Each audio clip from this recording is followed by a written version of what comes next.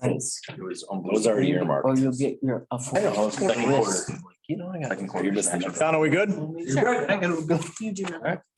Everybody's up? Welcome back. Spring out there, Tom. It's our time. It's our time. All right, First order, of- what that means. excuse me. First order of business, the minutes from the April 6th, 2023 SBC meeting. Everybody get a copy?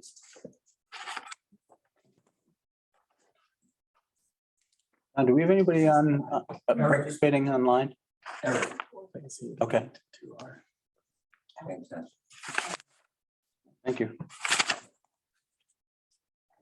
Got a motion to approve. Looking for a Is motion. there a motion to? I'll move approve as to- drafted? I'll move to approve the April 6th meeting minutes as drafted. Is there a second? Second. Any discussion? Kathy? Seeing none? I got, and if we don't have a roll, anybody online, we can do actual non-roll call. Voice vote. Yeah, the new members online. Okay. All in favor of accepting the minutes as drafted, please say aye. Aye. Any opposed? Hearing none? The abstentions? I will abstain also. 2 abstentions, okay. Fair.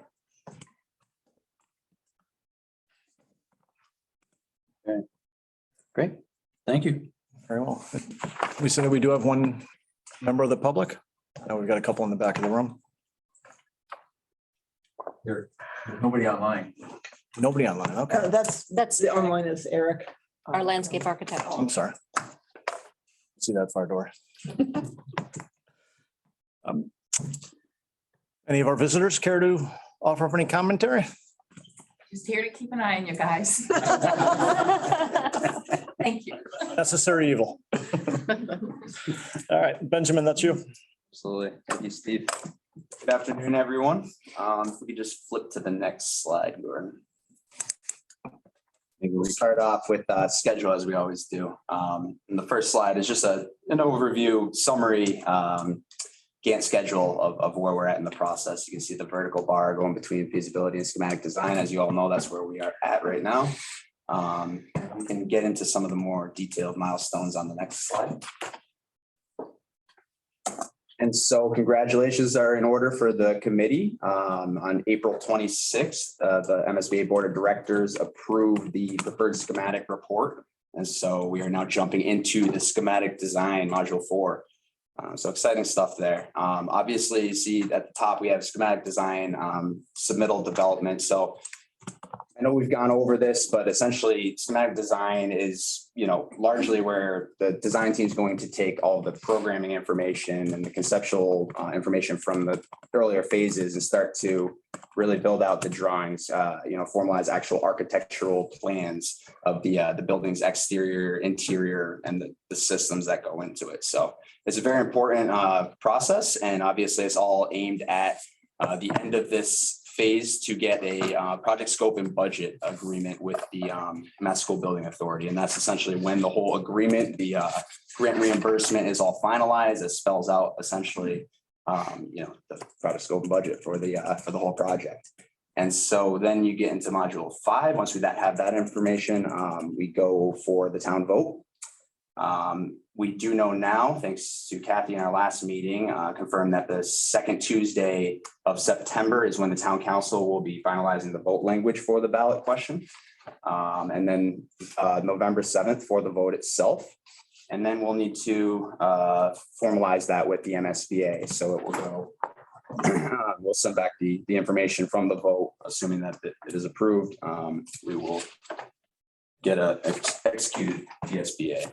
And then below that, module 5, we have just kind of a call out to the CM at risk procurement process. So now that the committee has chosen to do a construction manager at risk delivery method for the project, Skanska has started to draft up, and we're sending it around now for review the application that goes into the Office of the Inspector General, which essentially is just a formal approval you need from the state in order to utilize CM on your project. And it kind of spells out the parameters for your project, why you elected as a committee to use this method, and how you will be structured with doing so. So that'll be soon. We'll submit at the end of the month, and then that's pretty quick. It's usually, they allot themselves 60 days, the Inspector General's office does, but they're usually back to us within a month or so. So we'll expedite that as soon as we can, but that's what we're showing for right now. And all of that is aimed at having a construction manager on board in early January.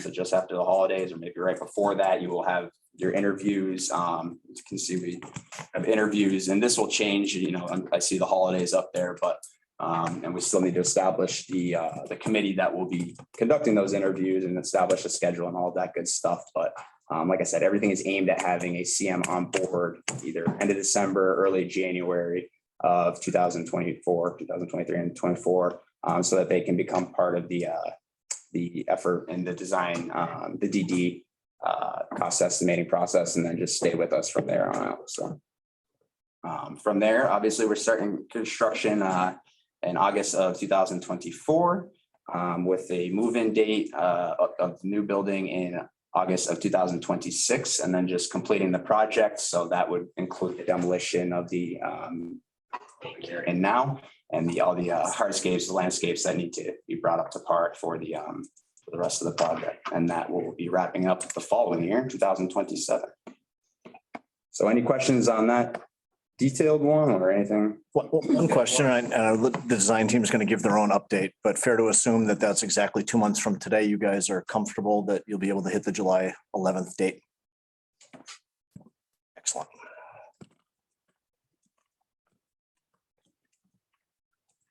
Good reminder. That's not pretty harsh. So much for that. That's July. Mine's further out. My question, I was just looking at the move-in date, and I was thinking what Kathy had said the last time we discussed moving in. It's not a day, right? That could be a process over time. Jesus, yeah. Correct. That is shown in, and if you were to expand, eventually we'll get to that point where that bar above it is expanded, and it'll be the whole furniture move, and it'll be time allotted. We understand. We've been through that quite a few times, so we understand it takes a bit more than one day. But just for the sake of showing when you will be. Okay. I left that as one day. So long as we're on record that that's not a day process. Good example is the Berry. We're gonna start moving furniture in there June 1st, right? Or thereabouts. Yep. And they're opening. Yeah, so John's referencing our project we're working on in Springfield right now. So, the construction manager is still working towards substantial completion, all those, but we're starting to kind of in parallel line up our new furniture deliveries and all of that. And, the old schools, we're working on the boxing of all those teacher supplies that are going to be coming in and that kind of stuff. So you start the process well before, several months before. Okay, I feel much better now. Right, and I know Steve will be like, it'll be fine. I want it done like early August, like done, like done. Not like the fourth week of August while we're doing professional development and we're pulling our hair out. We might have to close the school for a couple of days, and then the high school ends up costing us money because we've got to have the buses come in for just the high school the last 2 days of school, the June of 28. Thought this through. I have seen it happen. I'm not making this stuff up, right? I know you're not. Okay. I know. I'm trusting you. You name checked me, so I I like it. know, I did, because I know that I trust you, but they gotta know that I'm thinking this. So we get along. Okay. Right. Thank you. All right, great. So it's kind of a good jumping off point, talk about programming meetings. So as a part of schematic design, we've gone back and arranged meetings with each department in the school and are meeting with faculty. They're invited to a Zoom call. We all get together there and start extracting from them their input on specific details of each room. So what the band storage facilities require, et cetera. So it's very helpful. It's sort of voluntary participation. So there's some gaps. Not everyone, has the time for it. So we'll probably have to go back individually and reach out to people.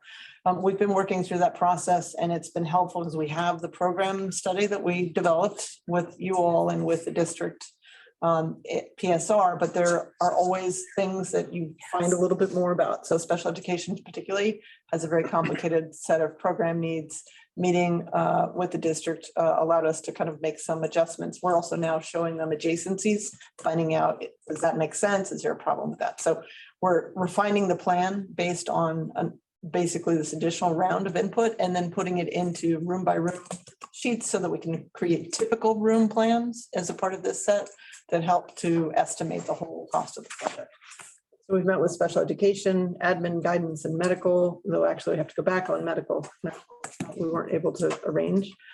Science, general ed, media center, and the arts. And we have ahead of us 3 more of those meetings. And then additionally, a general kind of follow-up with the Ed Planning Committee and Frank and IT probably to talk about instructional technology, which is its own budget section.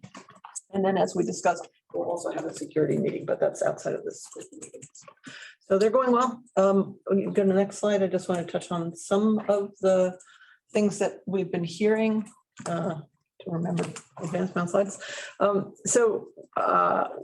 We have teachers who are ready for this and excited and are already thinking about how it's going to change their teaching, and teachers who are just sort of realizing, wow, this means I don't have to work around this room. And I know that doesn't seem like a big deal, but it's a huge deal in that it really does open up, say for science teachers, the constraints that they've been working in just become automatic, and having a new lab and the space and the flexibility in that lab to do everything you want can really change teaching. So for some groups, it's meant that we needed to encourage them to go back and really put together lists of equipment and look at their curriculum and really think a bit more broadly and bring that back to us. So that's happening in some of the more equipment-oriented rooms, science, art, and technology specifically. In those programs, we also have a lot of materials that already exist in the school. So what do you have that you want to relocate into the school? Provide a list of that. So that's a kind of granular detail we're starting to get into. I would say that it's also led to, there's no module in the MSBA program to say do professional development with your staff, but it's a good reminder that the district should think about, maybe aligning a professional development process with the construction document process to help teachers really prepare. And think of it as, 1973, my parents were driving a station wagon that looked really different than the car I drive today. Everything about maintaining and operating that is different. So Wood panels. it did. So it's good to think as a district about maybe what would help faculty prepare and staff prepare for the new building and what kind of process you might want to go through in getting ready for it.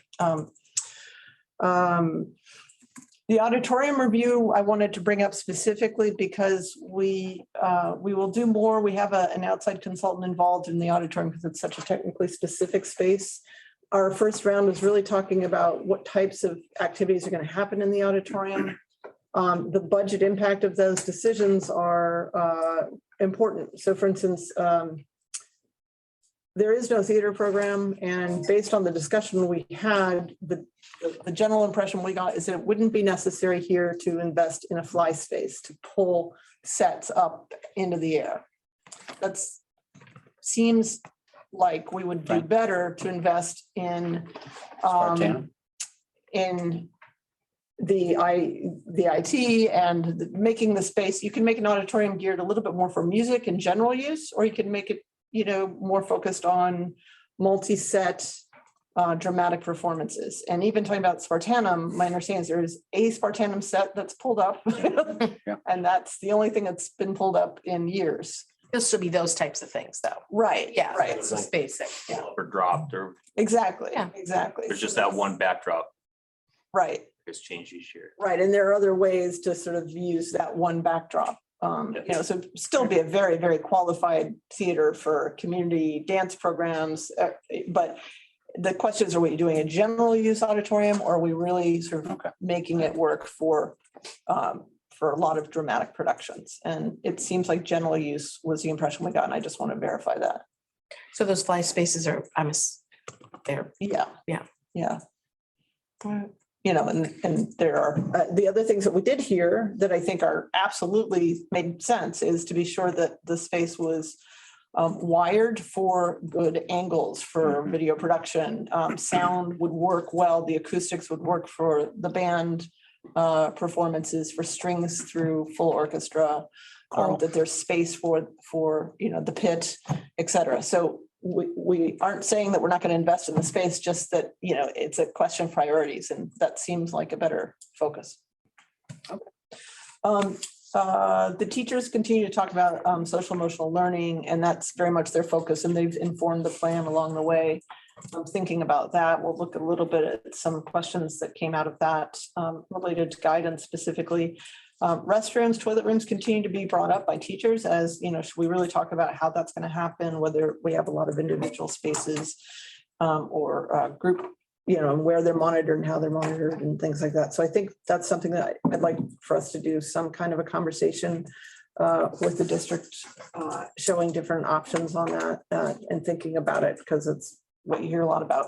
The teams gathered useful clarification on the sped adjacencies, and we'll show that in the plan. And then an interesting thing we hear a lot about from teachers every time is air conditioning and atmosphere, and specifically the Willie Ross program, the effectiveness of their spaces without air conditioning, et cetera. But all teachers really talk about that and how it changes the way they're teaching and how they're storing. So I think it's good to mention because it brings up the community's knowledge or lack of knowledge about how important that is in the school. Dory, are we planning to air condition the whole building? Is Yes, it's in is there. that typical of all builds now? It is. There's sometimes as a VE, a question of, do you need to fully air condition the gym or just take the humidity out? So there's often places where you can kind of make some adjustments, some of those large assembly spaces potentially, if you have to. But it is typical today to air condition a whole school. Okay. Moving to the updated plans, and this is again, we shared this at the SLT recently already, but what this is showing specifically based on some input that we have had already is, as you know, we were looking at bringing district offices and IT down to the first floor rather than having that 2 floors experience, because the extra conveyance and stairs were kind of complicated. The access in was complicated. The security condition became more complicated. So this brings pupil services and central offices to the front of the school and puts IT to the west and the pre-K near there, so that there's an entrance at that side. It brings art over into the arts bay and closer to the auditorium. That was a comment that we heard from the MSBA, and that art can then support the use of the auditorium, creating of stage elements, et cetera. And it also allows the art teachers to work together, which they've asked for, rather than spreading them apart, bringing them together. They can share resources. They brought up the idea that they're really when you have this many concentrated classes together in a wing, it would be helpful to have a small breakout area there for students, because a lot of students identify with the arts. And they currently have a space in the art room that works that way. You have a lot of students coming in and spending time on their own time in the art, essentially. So we've been thinking about how we might work that in. And we'll get into more detail on this later, but just to generally, that's one of the bigger moves, is bringing art in. In meeting, we had proposed previously that we'd like to put some guidance in the second floor to bring guidance closer to the students. But there were a lot of reasons brought up by guidance about why that is not a good idea. So we'll show you a zoom in on the guidance based on the input we got. And then we're kind of continuing to change. There haven't been major changes other than that in other areas. We have been working on the gym wing. That's still going to get more work, and partly that relates to the pool and locker rooms, et cetera. So it's very much in flux. This shows life skills. I got a question. Oh, sorry, Frank. Yeah. Should we go to the, I can wait. It's on this topic though. okay, sure. If you just want to go through the rest of your stuff and I can ask at the end. Okay. All right. We'll see if we get to it. Yeah, I think. Before you go to the next slide, it just is connected. to this one. Okay. Just in terms of the special education adjacencies, the current thinking is to put medically fragile next to the medical staff space suite. And life skills 18 to 22, because they are in a school, are up in that location as well. And there's been some great ideas suggested about how there's some shared curriculum use between those two programs. So having, a full kind of apartment setting for life skills is also useful for the medically fragile. So we're trying to combine adjacencies there. Cafeteria. The cafeteria, what you're seeing, it's still the same space, same location. We've tried to shift a little bit. We're still working on some of the exterior thinking. So this is still rough in terms of where the entry exit to the outdoors is located and the circulation around it. We've met with structural and are starting to talk about structure around it. What this is showing, you see that by virtue of bringing guidance downstairs, the media center is over but separated, allows the media center to be above the cafeteria in a sort of simpler bar. And that creates two potential spaces for sort of double story height or raised height, essentially. So it's not, you entered the school and it's a long 1-story walk to the cafeteria. But there is an area where it would be a little bit lower ceiling, a little quieter. And that's something the students have been asking for, is that they don't want to be in a giant kind of ballroom feeling cafeteria. So there's a little bit of shape changing going on that we think will be helpful. We'll be getting into that in the next school building committee. Go to the next slide, or I was Sorry, going to go question? to guidance, but So- It's actually about the cafeteria. okay. So it's something that's been kind of gnawing at me since we met with the state and kind of came back again when we met last week with some of our staff. Started to sweat a little bit, and maybe you can talk me out of it. The proximity of the cafeteria to some of our classrooms, and the noise that obviously that space generates. So I see like it's obviously it's right next to the graphics classroom there. You have one of the science labs. I just worry about like that distraction piece. Maybe there's something I'm missing that you could maybe just kind of walk me through. But Sure, we've definitely thought about, and you see each academic wing has four sets of doors to them. Mhm. They're helping to separate the cafeteria entirely from the academic wing. So there's no classroom door that's inside the zone where the cafeteria is located. So that I think, other than the LGI, the LGI is sort of a little bit more of a community type classroom. So we would expect that to be open potentially between the two. We could even have larger doors between the LGI and the cafeteria. But the classrooms are actually sort of separated by a door system. So they are removed from it. And then there are, I think the science lab, we have a series of different types of wall systems. So there are some wall types that we use where it's actually essentially a double wall. So you're getting an acoustic sound separation. So we put those between chorus and band, for instance, to isolate the sound between the two. So where I'd say if you're concerned that lab, which is the only space, the two science labs have a little bit of wall that's connected to that space potentially that would pick up sound more. Those we could, do a double wall along there to sort of be sure that they have sound isolation from the cafeteria. So you see the doors being closed all day and students having to open them to go through. They can be. We typically, sometimes we want these spaces so that you can have a closed, or you can drop the doors. Most schools wouldn't. You'll find you'll probably keep them open. So I don't actually expect them, we'd have them on hold opens. Would they be a glass door so the kids could see coming and going? Or sometimes you see to get those solid, like a solid wood door for safety and that stuff, it would be more of a glass. No, it would be glass. It'd be typically glass above and below and a panel across the middle. So they're very big and durable doors, so they're. I guess if they're closed during lunch service. yeah, I just feel like during the lunchtime, you just want to be able to have that defined space. You have just where. Yeah, I'm sure I'm just struggling with it a little bit. Maybe we can just dig in a little bit more the next time we talk, because I also think like when you're talking about that space too, that it seems like there's a natural flow between that space and the academics. And I just worry about that when kids are like transitioning between lunch and the classrooms right there, just that proximity when you don't have that separation.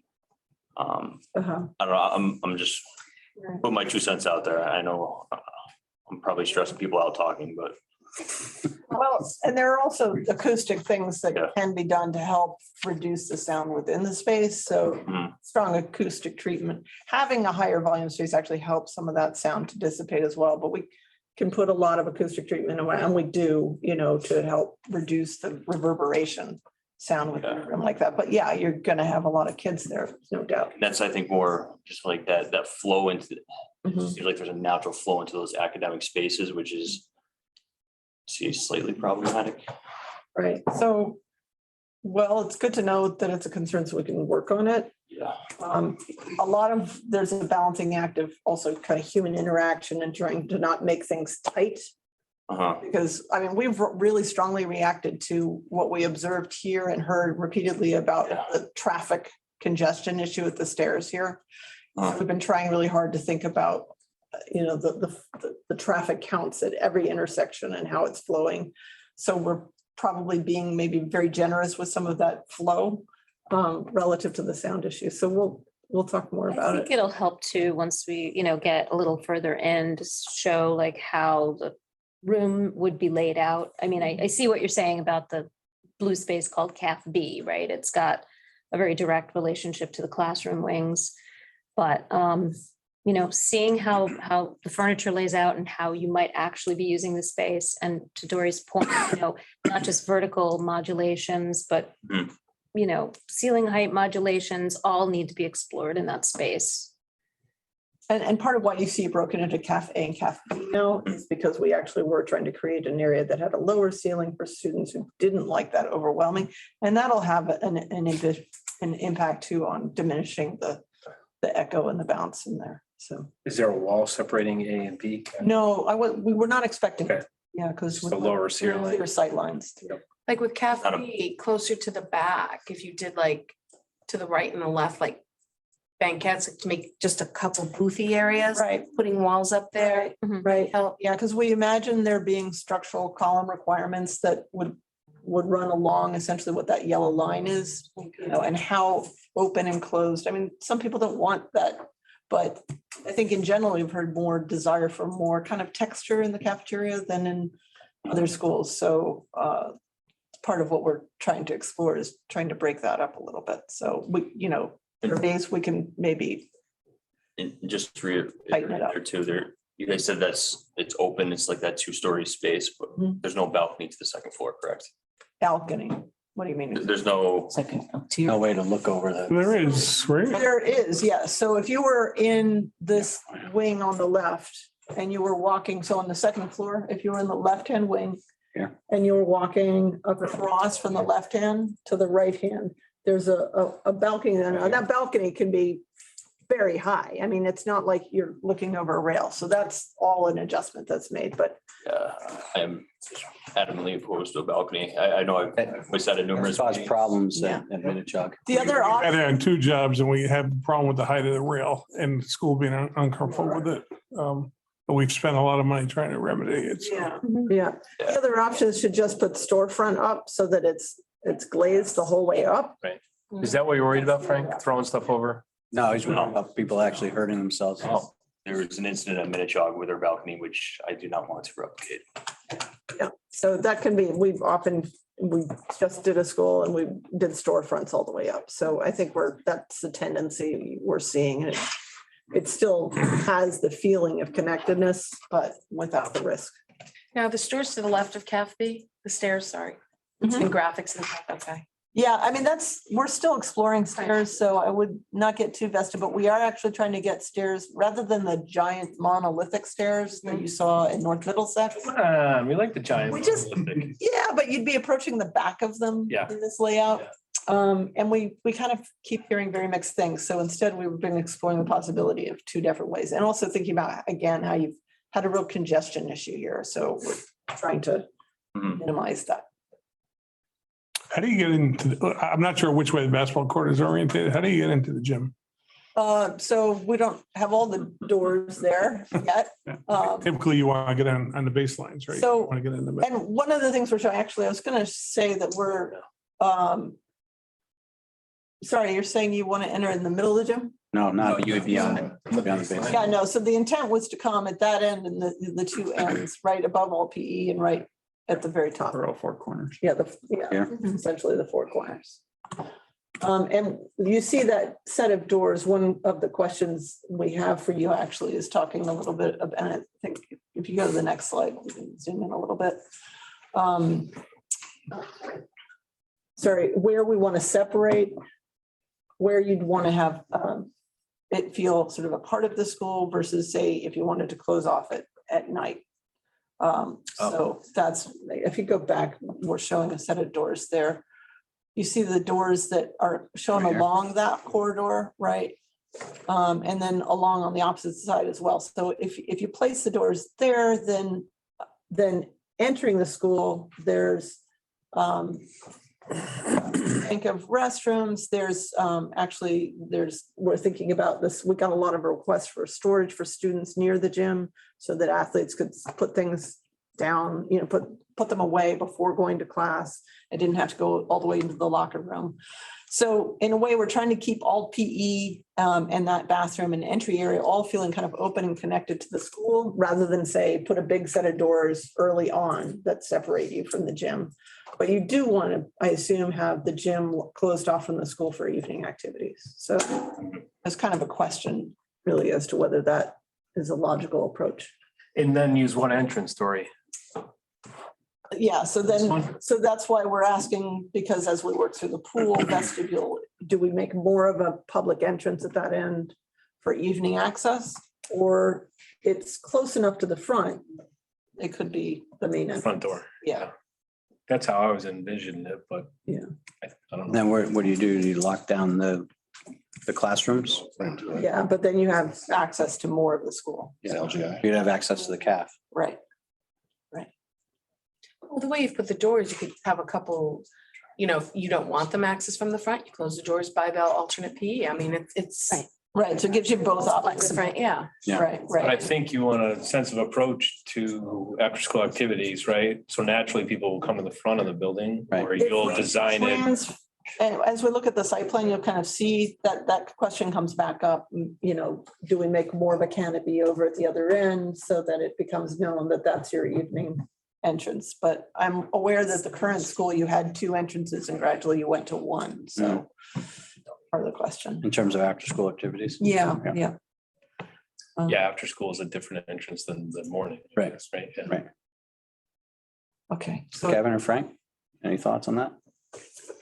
Practices and so forth, so you close down the school at the end of the day?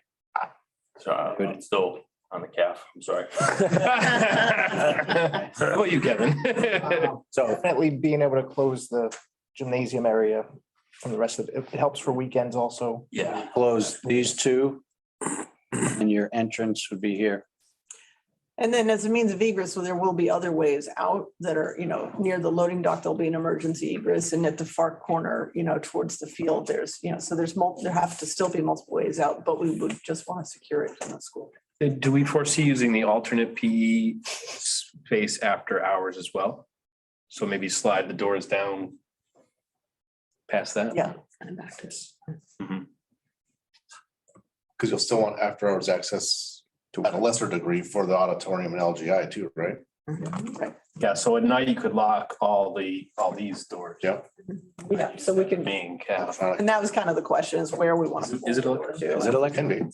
Is it gonna be electronically locked, the doors, the interior doors? If they want to. Can we push a button in the office and lock them all? How does that work? Oh, that's can we save that for the security conversation? Okay. Brian's idea was. Just open it. Okay, next. Next slide. Yeah. Okay, so one of the things, Frank, I wanted to bring back up with you so we brought guidance down based on that conversation. So there's a whole guidance suite. And that's where you're going in for sort of individual meetings. Those are waiting area and guidance along there now. And it is then connected to the medical suite. So we principal psychologists between medical and guidance. That conference room is right up there at the front. Yep. What we heard is that the grad coach and career center are a little bit more public facing and students come to them. And that raises the question in our mind, because we really have wanted a program here that makes students feel really welcome. And again, this whole issue of social emotional learning coming up, that definitely people are very happy that there has been that program available. So we thought about putting them a little bit more upfront like that. Great, glad you like that. And then some revisions to the admin to create some shared conference rooms. So conference rooms have been a goal for everybody. So where there's a conference room at the end of guidance, there's a conference room between admin and pupil services, and then a small, what we call small conference, but it's really a consult room. Because there are times where pupil services wants to take just a family into a room. It's not, doesn't need to be a whole IEP meeting. So we created that so that that could be used by either division. So that seems to be a really great use of those opportunities. And then there's also still a conference room in superintendent's office. Is the footprint larger now with all these new hallways that we didn't have prior? Of the conference room or of the whole school? At the moment, a little bit, we're gonna have to tweak these hallways down. That's where we've been talking about. So since all the wall thicknesses aren't in, they look more generous and they're going to, once we start tweaking that down. And you can see that, you know, we're also kind of, we shifted that grad coach wall over. We might shift the survey over as well, because we want to not feel gargantuan in the flow through the school. So, and we're thinking about a kind of a display, you know, hall of honor as we, you know, around the auditorium, because I still think about Beth's requirement that there be a real sense of welcome to the school and celebration of the school before you get into the cafeteria. That's what's driven this. Okay. The main entry, I don't know, maybe it's just Durham, but it seems small. You're bringing everyone in and out of that one doorway for the most part, right? During school hours, is that robust enough? In terms of width, Yeah, for 800, it's good. We could look at. I don't know. Yeah, I'm just, you know, That principal's waiting area for the secretary, I mean, if that all was, and I know you're losing space and whatnot, but can you make it so when it kind of opens up like that? Yeah, Angle and maybe? that's funny you should, so we're going to talk a little bit about the entry, because we actually were already playing with shifting that and swinging it a little, so it maybe goes parallel with that other wall and opens up and becomes more welcoming to the outdoors. So this plan doesn't show that study, but that's one of the things we've been exploring, and that would allow us to broaden the entrance a little bit. So I think that's a good call. And then the concept is you have a multiple vestibule situation. So the first vestibule is not locked. The second one you're stuck in until you're released into the school. So you sign in and then go in. So, okay. Dora, explain that just real quick. The exterior door is not locked. The first door is not. I mean, in The second and third are locked. during the school day. So. Okay. Yeah. So you walk in and you speak with the secretary from this vestibule. No, You get buzzed in. Yeah, There. you get buzzed into The second vestibule. Holding and then you talk to the Okay. secretary, hopefully just drop something off right there and you're out. Or you get buzzed in. Would there be a door in the front office area from that before going through the final secure door? Probably. yeah, that's the optional way to do it. So stretching all of this is questionable, like where do the door, Yeah. so we kind of try and go through that and talk about that with the district. Okay. So this is showing chorus and band directly behind the auditorium, and shifting a passageway through there, but it's, right, that passageway looks fairly large. It would really not need to be that wide because it's really just supporting the art students. So at the moment, it's still a little slack. But you see that this really has become kind of a whole arts core, which is different how we were looking at it before. Video and LCAT are near each other for that connected adjacency and support, but LCAT getting outside, IT having access to the outside quickly so they can go to the rest of the district. The superintendent's corner having a connection, so you're greeted through pupil services into a waiting area and then released either into the superintendent's side or into the pupil services side. So it has its own entry point. So again, as we talk about entering and what it looks like from the outside, we now talk about 3 points. I'm curious about the pre-K. Is the pre-K bigger than a regular classroom? Like, could that get split into, you put that bathroom, say for instance, in the center? Mhm. Could you with a accordion wall, split that off into two separate classrooms if we ever felt like we wanted a second program? Or is it just too small to do that? Because I don't know how big this is. It looks so much bigger than the regular classrooms, but I also know that you're working on the scale of stuff. Yeah, no, that classroom is the size of, it's probably about 1,000 square feet in this program because it's not a technical chapter 74 program. It's that or 1,200, I think. Okay. There aren't a lot of, we don't have to meet specific guidelines necessarily. We obviously put a restroom for a pre-K. All right. They have very. I'd like to talk to you guys about that one day, maybe not, like during this, Yeah. like, if we could fit it, I don't want to spend more money, I don't want to make it bigger, I don't want to make, but if we could figure out how to potentially partition it, so if we ever wanted to have like younger and then like the 3, 4s and 5s, if at some point we wanted to offer it to staff or we want to offer to community more of a full situation. I'm not expecting you guys to put a lot of effort into this, just a thought process. And I'm going to actually blame Deirdre for that because she told me in Falmouth, Maine, they have it and it's fantastic. So I'm going to throw that at her.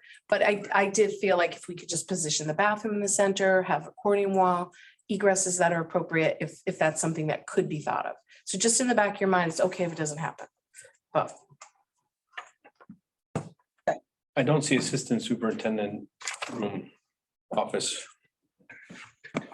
Financial officer. Oh, Director Crick, yeah. is that? Because we have bookkeepers, we have accounting. And then curriculum and accounting. So you have 1, 2, 3, 4 staff around the superintendent. Locking doors. So We need a spot for Pam. what's that? I'm looking out for Pam. We need- Absolutely. CFO. Right there, Right next CFO, door. Chief Financial Is Officer. that where we're putting it? Yeah. Okay, thank you. I'd argued making this smaller, Yeah, and we're, yeah, happy to do that. but then I saw how big Frank's office was. and I said, I think that's actually, we hear that a lot. It's funny 'cause those are the sizes that are very typical, again, what MSBA is reimbursing for. But people are reacting, and I think it's because everybody's more digital and they don't really want as much stuff. So that's good. We can Make it smaller. Take it. Put me on the second floor. Fire Windows, pole. that's all I want. Fire pole. You just want to slide down the pole, Gordon. Great. Next, Gordon. Next. So we kind of talked through some of this and there's not as much going on here because we're still deep in these conversations. The only thing that changed here that's significant, I'd say, is the ASD classroom. We heard and explored that program more and the need, 3 very different student types in there and the need for more space in that room, but less space in one of the other special ed. So we just did a shift of square footage. So 3 sets of stairs? 3 sets of student types. No, I'm asking, there's 3 sets of stairs. Or right now. 4. 4? Yeah. 1, 2, 3? Yep, exactly.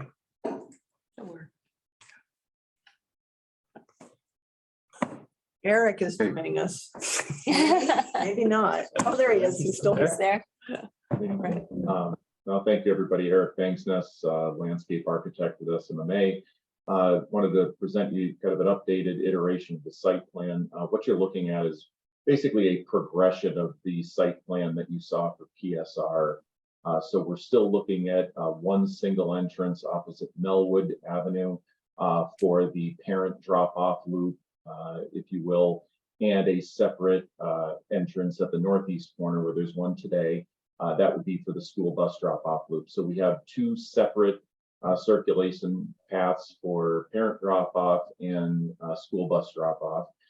You can see the gray on the site plan is where we would have, paved driveways and parking, just to make it a little easier to read.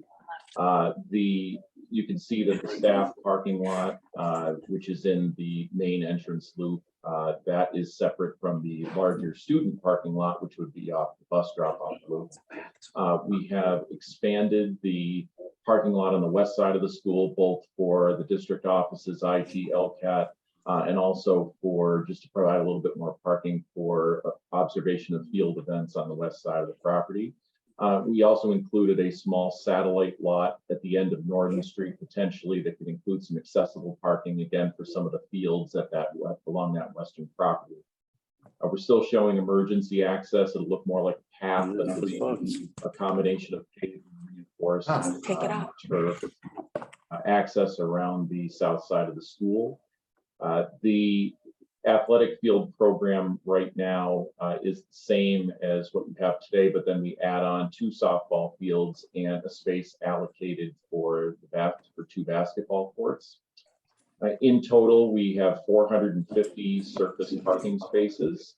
And you can see around the building, there is going to be an outdoor learning space that will basically be for the arts on that west side, that western indent of the building. We anticipate outdoor dining and science outdoor learning spaces separate, but on the south side of the building. And then you can see we've started to look at the loading dock layout, 2 truck bays, space for dumpsters and recycling, and then an accessible ramp up to the full height platform. And we do have some parking on the east side of the building. So that is a little bit, we also are showing the concessions building at the north entrance of the stadium, which will also serve potentially as for ticketing. The tennis courts we're still showing in that northeast corner. What we did do though is we moved the basketball courts away from that northeast corner, looking to get a little bit more of a graceful drive in as you enter from the northeast corner. It was a little bit tight before if you look back at the TSR plan. So that was one of the reasons for the shift closer to the building. And you can see the building, that's its current layout. The dashed line to the northeast corner of the building is the current configuration of the pool building. And you can see walking paths and access. And lastly, one of the features that we really like that we've incorporated in here is a main pedestrian spine that takes you from the existing pedestrian signal at Maple Street and brings pedestrians straight to the front door to a large entrance plaza at the front door. That entrance plaza will service both the parent drop off, the school bus drop off, and that dedicated pedestrian.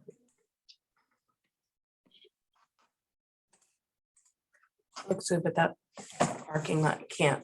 We worked too hard with those. Right. Well, but We kind of made a promise, Gregory. You got your toilets. Yeah.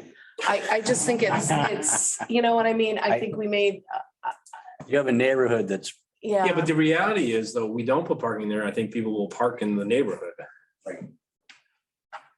We've heard very conflicting things during our Yeah. public meetings, which has been tough. It has been Some tough. people have been very against I mean, traffic it's- through Norwood, but then the second they don't see parking near the fields, that's a major complaint as well. So you're. but How many you spots? do have parking here. I know, you've, Right. How many spots in that parking lot? Right now, we've got sized for 20 spaces, including the accessible spaces, but that could also be reduced. It doesn't have to be that many, but You would go higher? Yeah, 20 is nothing. Why bother? so we're gonna bother Just having people extend it coming in and onto out. the central office one, the left side there. Yeah, Yeah. So we'd really rather not do that because we're trying really hard to Oh, 'cause it's a surround. arts area, right? Yeah, yeah. And your pre-K. There's a lot Right, of but this parking, is, a lot more parking. wouldn't this be after school?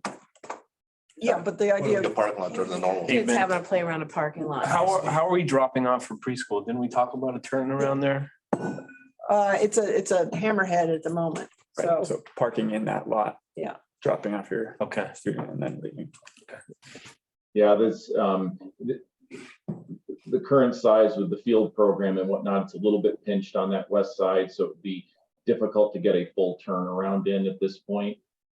We do have a small playground for the pre-K attached to the, if you're looking at that, the indent of the building, if you will, it's basically between that outdoor learning space and the walkway into the pre-K entrance, we'll call it, just on the west side of the building.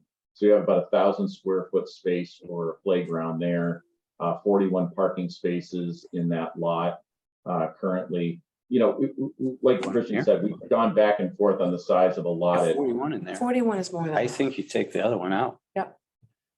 You have a whole neighborhood and there are a lot of young kids that are coming up through the system and they were so appreciative of us Right. not having an entrance. And they just over need there. to get ticketed a couple times if they're parking where they're not supposed to be, and they're gonna stop. Yeah, but there's not, you can't put no parking. in So the they're all gonna neighborhood. try to be getting in and then turning around. It's and it's not- got no. Says no parking in that neighborhood, whole neighborhood? Well, by the gate. Okay. And I think- on going down on Norden, you have people's lawns. Exactly, The but signs are there. check the bylaw. Kevin, what about the multi-use fields? This is a new concept. I'm a little concerned. I think the varsity baseball and the varsity JV, the varsity baseball and the varsity softball fields really need to have their own fenced fields without a field going across. I think we can get away with it with JV games. It would take some scheduling work. But I think the varsity softball and varsity baseball really need that defined. Fencing that we put up Fencing. during that season. An So I- outdoor fence. Yeah, no, I understand, but you're talking about I- fencing that we put up or you're East fencing? side. I see it more as a permanent fence for the Oh. varsity teams, so that maybe that bottom left field, and it maybe helps you with not people going in there. That bottom left field is the fenced fields, and then the multi-purpose field is the top left. Yep. The top left, I worry about the grade up there. There's a considerable grade change. Yeah, that's gonna be adjusted still, but that. We're gonna have a retaining wall up there? Talking about that. No, they don't seem to No? think we will Okay. need that, but I keep bringing. Yeah, there's a lot of lines right here. Yeah, a lot of- No, I mean, currently the idea is that, that area could be at the north end could be regraded a bit. There is an opportunity, there is space to regrade that, potentially create some amphitheater type seating. I think what you see with these overlays in the outfields right now is what you have out there today. There's a field overlay in the JV baseball field, and there's a field overlay in the varsity baseball field. So you don't have to have those, but that is part of your existing program today. The field to the west of the school today is basically represented by that field that you can see just to the west of that parking lot. And then the soccer and the JV football field, again, those are standalone fields today. That's what we're proposing here. So you don't have to have the outfield overlays, but it is something that you have today. So. Kevin, if we're talking about those, we'll say more permanent varsity fields for softball, and baseball. Would it make sense to have those two at the top, closer to the parking lot, especially if we might be putting in what he was just talking about, some amphitheater type seating there? Plus the sun, right? So your sun's coming in over here. So your pitcher facing the batter. Isn't there a preferred Yeah. layout for baseball fields? What, do we know what it is? Eric, Yes, the east northeast is the preferred orientation for any type of a baseball or softball field. But again, we also have to make the program fit. So it's going to be a balancing act, and we can certainly work through it as time goes on. But it's going to be a balancing act of fitting the program that you're looking for with the available space. Now, what I can tell you is that the existing baseball fields that you have there today, they do face southwest.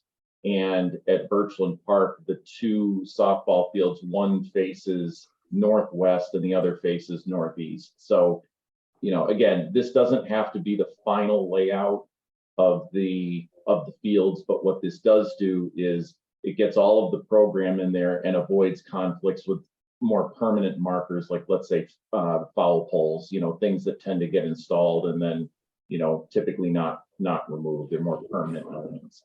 So What's the rectangle adjacent to what appears to be the practice field? on Bottom the right. yeah, on the bottom right. Okay, so that's the practice field it's striped in different ways. It appears to be used in different ways, but that's basically the existing outfield of what you have in the existing outfield of like the T-ball field down at the southern end of the site right now. So it's that practice area that's just south of the JV football field. So that's generally the size of it. We can play with the size of it a little bit, but that's what that is. Eric, is the northern baseball field, is that east northeast? Yeah.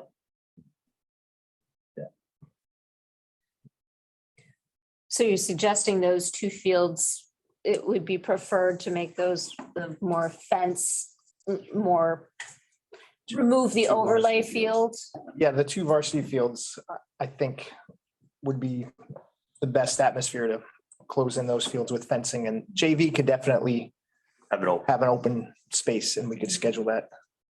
But the northern one potentially is the varsity fields, closer to parking. I like the idea of the Oriented potential of correctly. seating and Be a pretty cool venue. So take this On a hill. overlay field out, That would, Yeah. fence the two, so we're one less field though. right. But But you can only use this many. yes, yeah, we would be okay with one less practice field because You picked up that space on the. spring, Yeah. we have plenty of spaces. Basically, we would still have 3 soccer fields for practice in the fall. Yeah. And 3 lacrosse, well, 2 lacrosse fields, which is enough in the spring.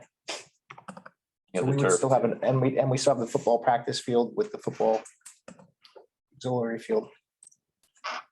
Yeah, and we did work so right now, typically orientation for soccer and football and lacrosse fields, you want to run those north-south. So you'll see that we've actually turned 3 of those fields, north-south to provide the more optimal orientation. Yeah. Nice. Couple of quick questions just to confirm. So removing the parking on the west side down. Sorry, folks. Yep. Okay, and the basketball courts, liking that better? Are we increasing our costs lighting wise by moving away from tennis? Substantially. Can put the lights on the back of the Not in a pool. meaningful way. Okay. Yeah, I wouldn't think it'd be meaningful either, because You have lights. you're gonna have a lot sitting of right lights here. in that Can area, you- yeah, for pole lighting for the, Would you be able to use Parking those area. poles? yeah, that's what I'm saying. Oh. I think you'll be okay. Oh, Nice. It felt like a better area because it's sort of still useful to the school and supervisable and still community. Yes, I will say that typically basketball courts are not lit by,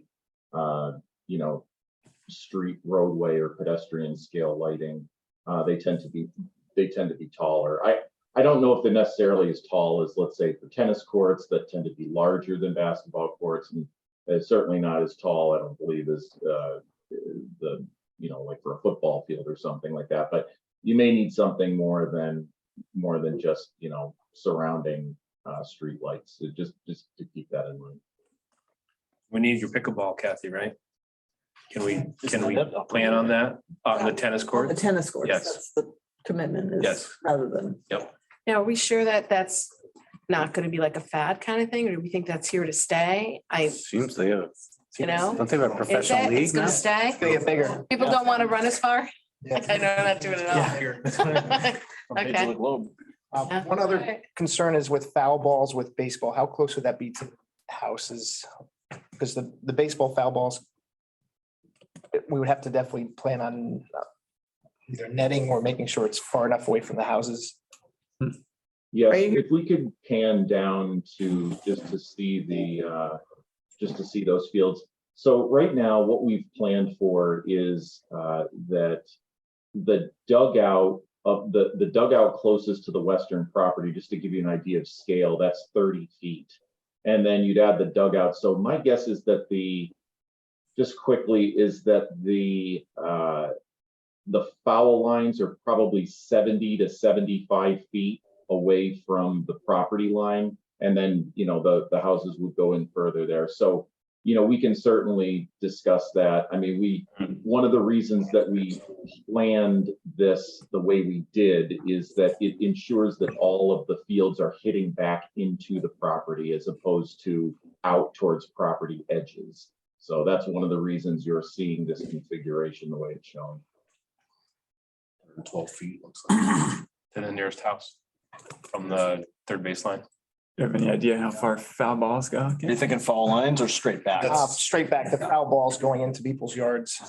Deal with that right now with tennis.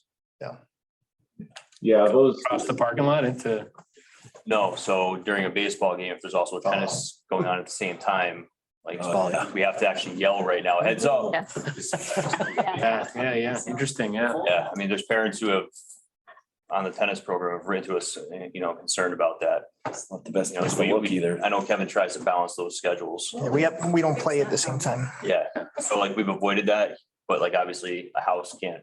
Yeah. Be scheduled around, We do, just so everyone knows, when we design a baseball field, we design typically, it depends on how much space you have, but we do provide follow ground, 30 to 50 feet, typically 30, depending, because a lot of these fields get pinched into tight places. We also propose, usually I think it's 22 or 24 foot high backstops with the overhanging canopy. So when a ball is fouled directly back or even up a little bit, it tends to hit that canopy and come down. So it's not a perfect science, but you kind of would almost have to hit a ball straight up to not hit that canopy if you were fouling one back, if that helps. In which case, there's no distance anyway. You hope. It's fine, it's just a couple. Any other questions? If we take the 20 spots away, will we relocate them to get 450 still? No, we were just I think we were really just trying to get as much as we could there. Those, Dory, sorry, those 20 parking spaces are in addition to the 450. They're not included. So the 450 is what you have around the building. Those 20, we didn't know, how many. So, if we do away with that parking lot, then probably what we'll want is some kind of either a gate or some means of allowing emergency vehicles to get in there, because if there's an emergency on the field, that might be a good way, kind of a back door into those fields so that the ambulances or whatever emergency vehicles need to can get in there. So what would you recommend for the end of Norden then in terms of access? Pedestrian all the time or gate the whole thing and lock it? I think it's up to you all. I mean, we want a gate there for emergency. And purposes. right, and fire and police will need to. Breakaway gate or something. But yeah, that can be But not pedestrian? ways. Or swipe card. Well, they can walk. I imagine pedestrians Yes. will be able Yeah. to. Be able to walk If you want a through. round Yeah. path, Okay. yeah. That is a no parking area by bylaw Norden Street in the neighborhood? Really? From Susan up. Oh, wow. Well, that's We good. did, Have some We more did- controls in there.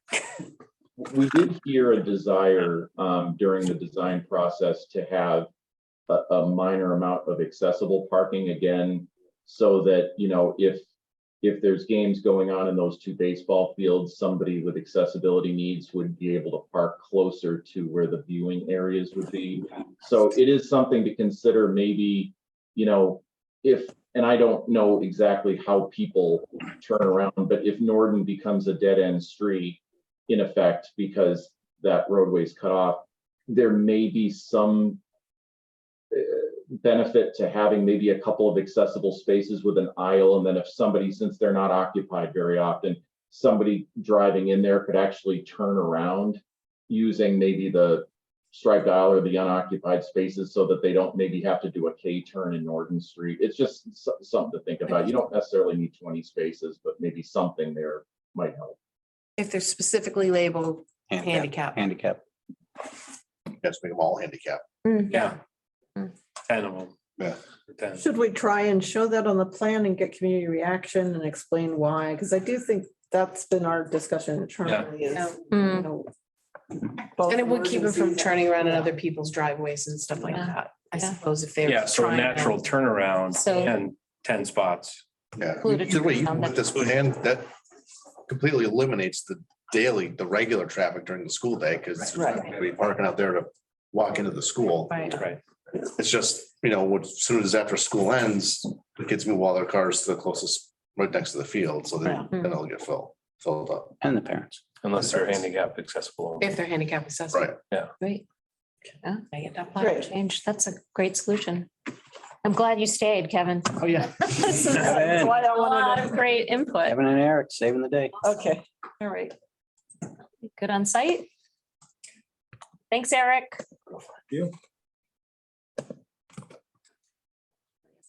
So we just want to show a few quick kind of 3D modeling. We're going to spend more time on this at the next meeting. SMMA has been doing a good job of really focusing in on the exteriors of this building. So we're really thinking about that ground level, eye level approach as you come into the building, thinking about inviting, thinking about the massing, balancing the wings. So, you know, what the design focus has been since the PSR is really looking at that clear entry, that hierarchy of spaces. So here, this is when we were still under the impression that we were going to have a fly loft in the auditorium. So we've got that mass coming up on the right.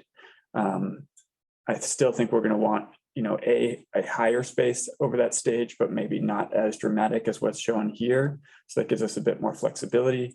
And then on the left, some really nice daylighting into the gym mass on that auditorium wing. Next one, Gordon. So this is looking a little cold because again, the materials haven't really been applied yet. But again, we'll show a lot more iterations at our next meeting, but to just give you guys a sense of the flavor. And then I think as we get moving on the pool building too, keep in mind that's going to be on the left here, so that after hours arrival will be really critical to figure out exactly how we're going to orchestrate that so that kind of after hours entry to both the pool and the gym. But as I mentioned, daylighting of gym, that welcoming arrival and shelter, I think in a couple slides, we will show one option, but we've already been exploring 3 or 4 different options on there. We still have a lot more design thought to do. And then you can start seeing that the second floor mass above, as Dory showed those floor plans, our second floor has become a lot simpler than it was before. The media extender used to kind of extend further north than it does now. And I think by simplifying those bars on that second floor, that's been a huge advantage to kind of the design process iterations that we've gone through thus far.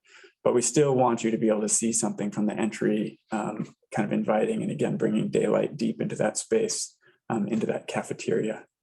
Talked about the fly space, daylighting to band. So that's again, 1.5 stories for that arts wing over there.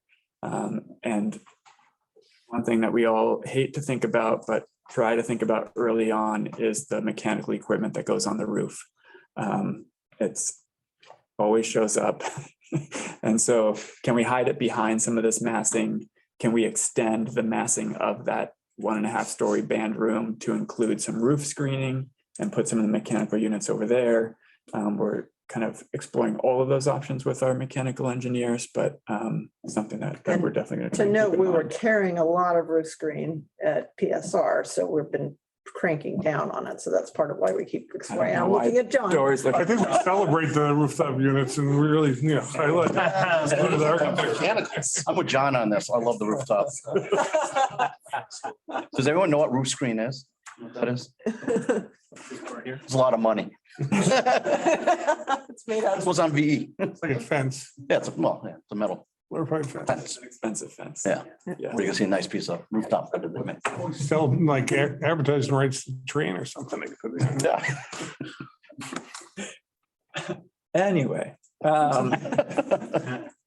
So here on the upper right, you can kind of see a simplified section of that main spine through the building. And again, thinking about how we get daylight deep into the building, into the cafeteria, that entry sequence of going through kind of a more, you know, a smaller environment and then having it open up a little bit, some definition to the cafeteria, as Dory was mentioning, cafeteria A under the library, cafeteria B, where it's more open to above.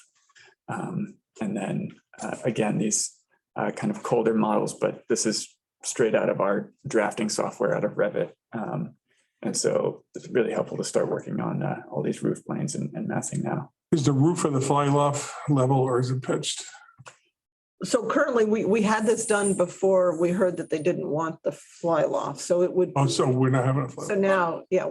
Did we determine that? Sorry, I do want to dial that back for 1 second. So is this the right group to say no fly loft? There's no community theater use in town?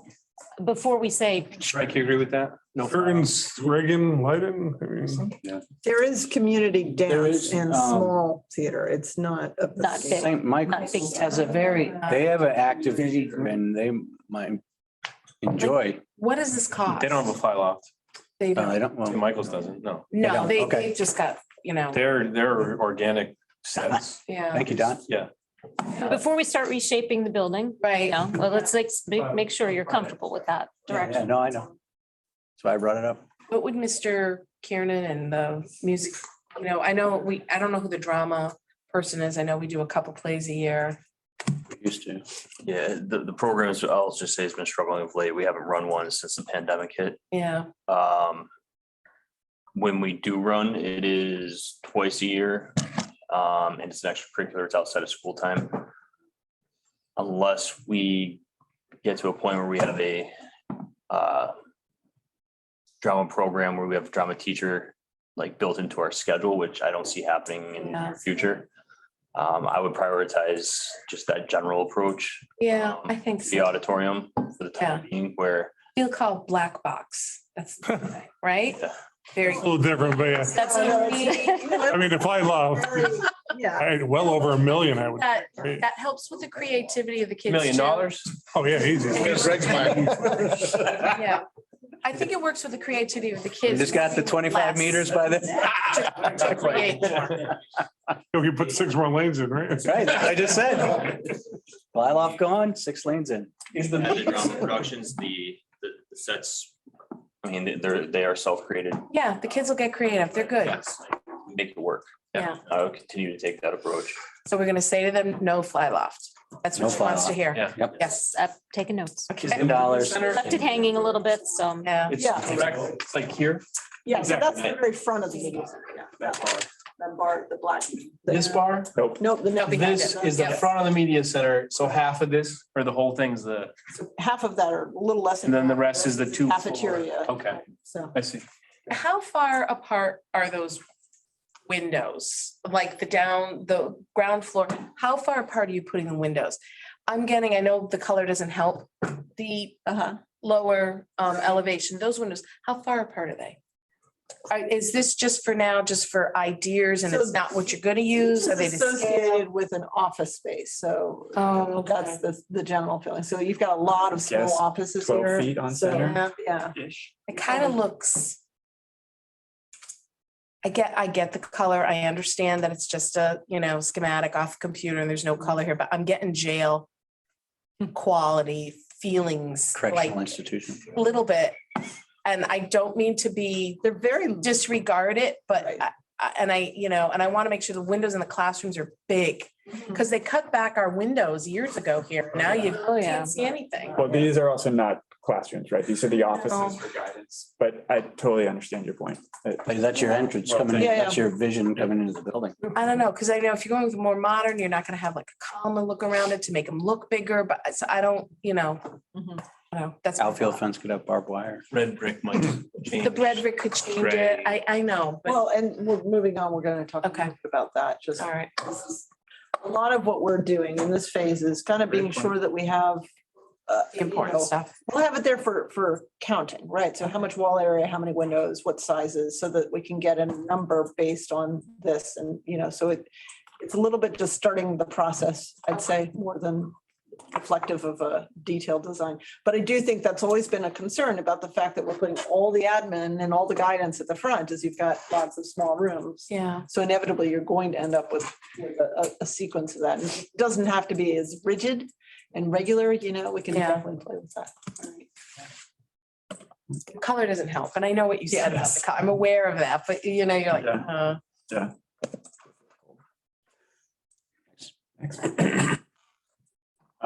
Again, just a placeholder for now. I think at our next meeting, we'll come with a few options for this front entry. This was one that was feeling fairly promising, but I think there's even questions on the plan level. Should we kind of shift that whole entry sequence a little bit to reflect the angle that's going on inside of the building as well?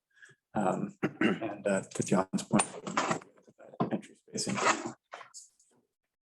Would like that same canopy on the backside of the cafeteria. yes, please. Something like Oh, that. yeah, that's part of, I think Interesting. exploring the massing was about exploring, kind of continuing that out, Yeah. and it's south facing. Just so we could put space under there for kids to actually sit, because they will sit and, the whole shade situation and where the sun's coming from and it can be used as a classroom space, Thank you. Great. Say. Sounds like I have a bathroom. Maybe the canopy. So these are some of the images that we've shown. Got plenty of rock around, don't we? since starting the project, but really taking inspiration both in terms of the architecture itself and then the materiality, of course, from East Long Meadow's history with the quarries and the brownstone. And so then on the next slide, Could we do brownstone cornerstones or something just to pay tribute, like actual brownstone? I think that's it. Do we have any floating around in public space in town? What do you got for brownstone town? Just open the quarries. Open it back up. Gotta drain them first. This internship right there, right? I mean, there's stuff hanging around. Stuff. I got two pieces this big under my arborvitae's go. out front, maybe three. He got them that far and he's like, no. That's good enough. That looks good. People donate whatever they got hanging around. You're right. Yeah. Yeah, we got half the building right there. It is. Well, community service, Mark Macarini could kick in. At the Quincy quarries, Yeah, maybe that's something too. gangsters, cars. Yeah.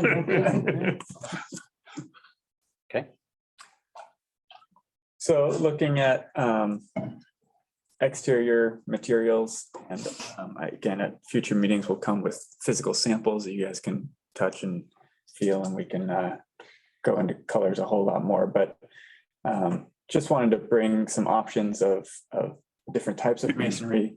Masonry, surprisingly, maybe 5 years ago, 10 years ago, a lot of schools were getting metal siding. Now suddenly masonry is actually less expensive than metal siding, which is great.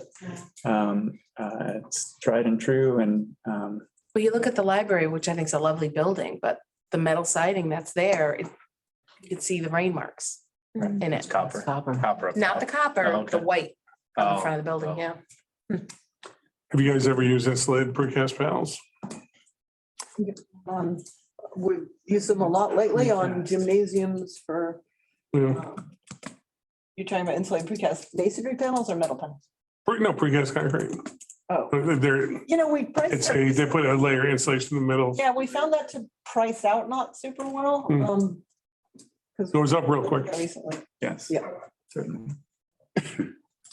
And so just showing some options here of different hues of masonry, which again, we'll get into in more detail, but trying to think about how it could associate with the East Long Meadow stone. We've got some other palettes. Actually the third image over is it's a cast stone. And so, which we combined with a Tanner brick.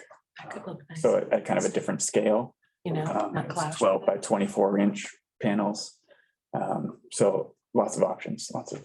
I know the third one's nice because it would go good with the redstone, wouldn't clash with it. Well, one thing also I think that we wanted to get a sense of your reaction to is the traditional red stone of the quarry.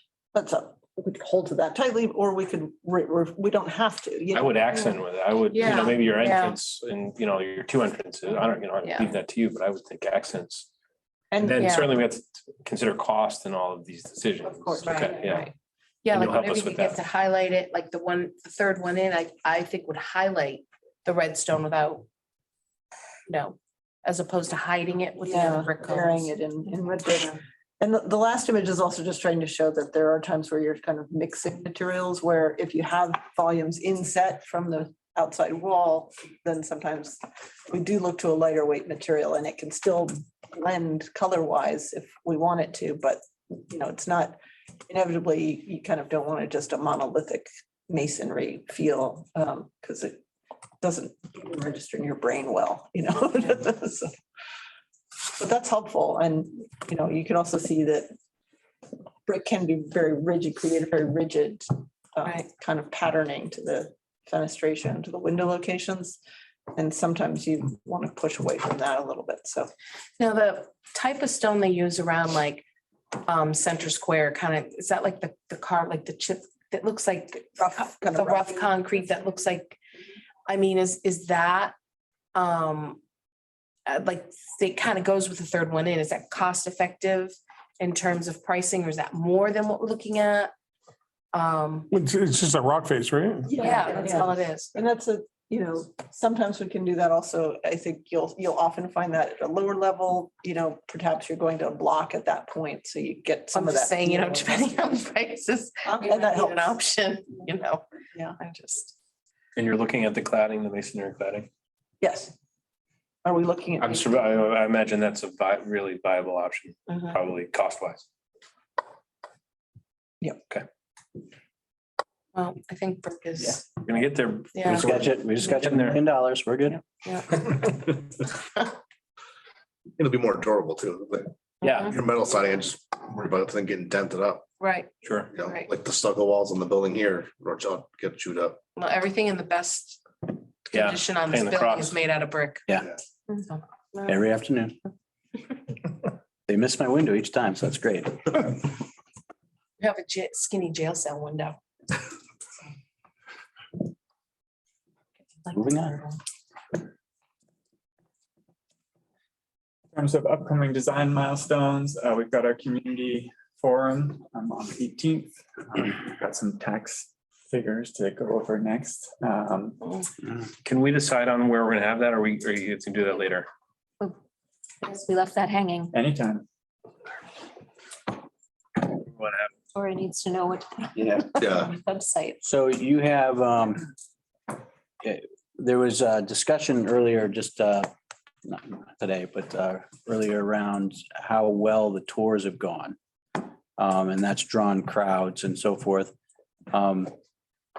We do have an art show going on that same night on the 18th, which may actually pull more people in. And Frank and I were discussing this earlier today. I'm wondering, do we set it up in the library? Which pulls people in, they tour the school. Or you reject it. They tour the school a little bit, they get into the art show, which is really cool. Pull some of that crowd in.